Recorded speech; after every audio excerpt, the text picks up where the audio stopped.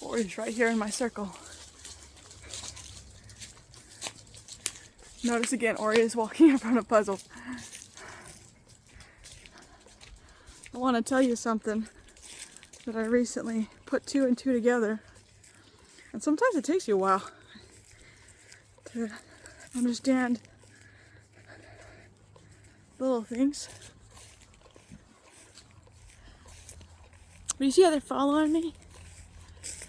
I forgot my sketchbook in my house, and so I had to go back for it. And here they are again. Now, this is where they want to be grazing, is in this tall stuff right here. Ori chose that. But because I walked back towards the house, they went with me. That goes right into our story time today. Today is National Bison Day, and I'm going to share a story with you. Some of you guys may have heard of it already, others may not, but it goes right along with what I'm talking about today. So, bison and sheep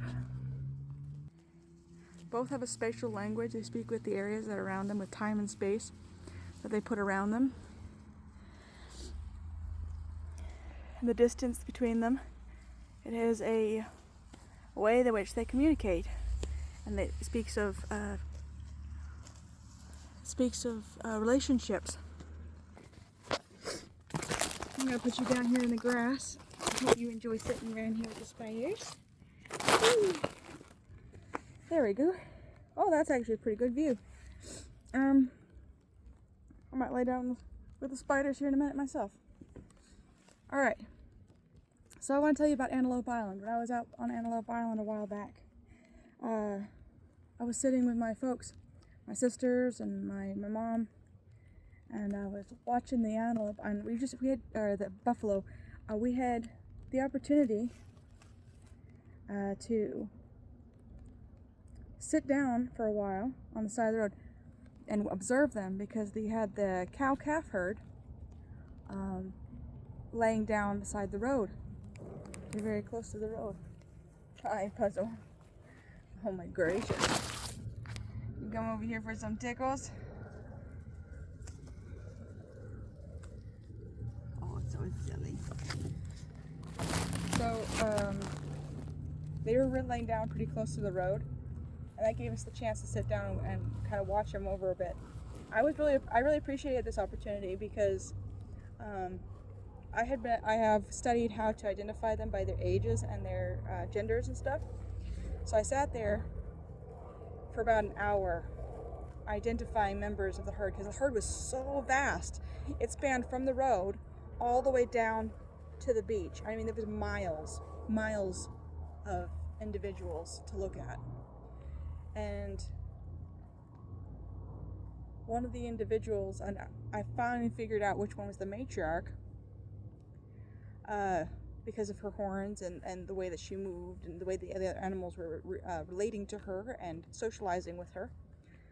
I recognized her as the matriarch. Old, beautiful cow.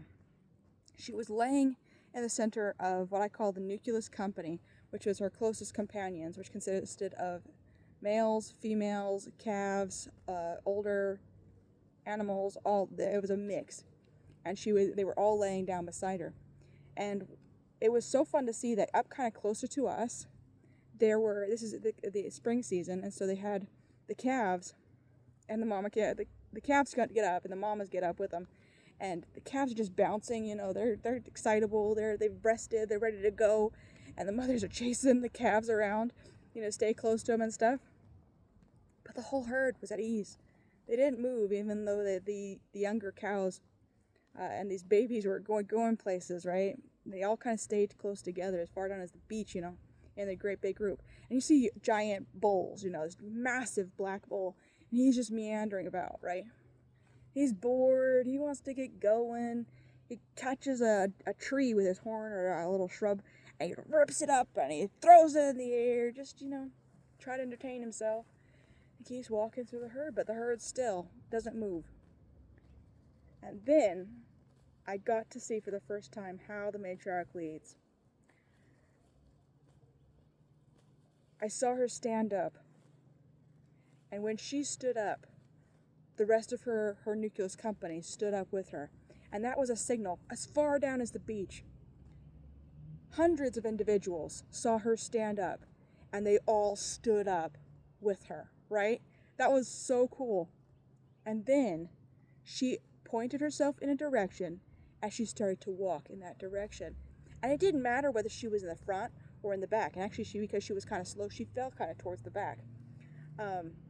But because the whole herd has panoramic vision, they can watch her even when their faces are pointing forward, okay? And they know what direction she's headed. And so she's walking in a direction, and the whole herd goes in that direction. A lot of them go in front of her. We have the big bulls, they go straight to the front, and they kind of play a decoy kind of a role to give the girls opportunity to make decisions for the herd. But that is the role of the matriarch, is to make sure that everybody has a piece of ground that is all their own, that they can eat, they can stand on, that place where they stand, that belongs to them, and they can eat for as long as they stand there, and then they move off, right? But making sure that everyone has some ground to stand on is the role of the matriarch. That's her job. And while I was just leading my sheep, it occurred to me that is why they follow me. They follow me because I make sure each one of them is eating. I care about them. I make sure that they both have a space that they can eat. And so that the shepherd's role, in a sense, becomes a matriarchal role, a mother's kind of role, in making sure that everybody has food to eat. And that's what I was thinking about. So happy National Bison Day.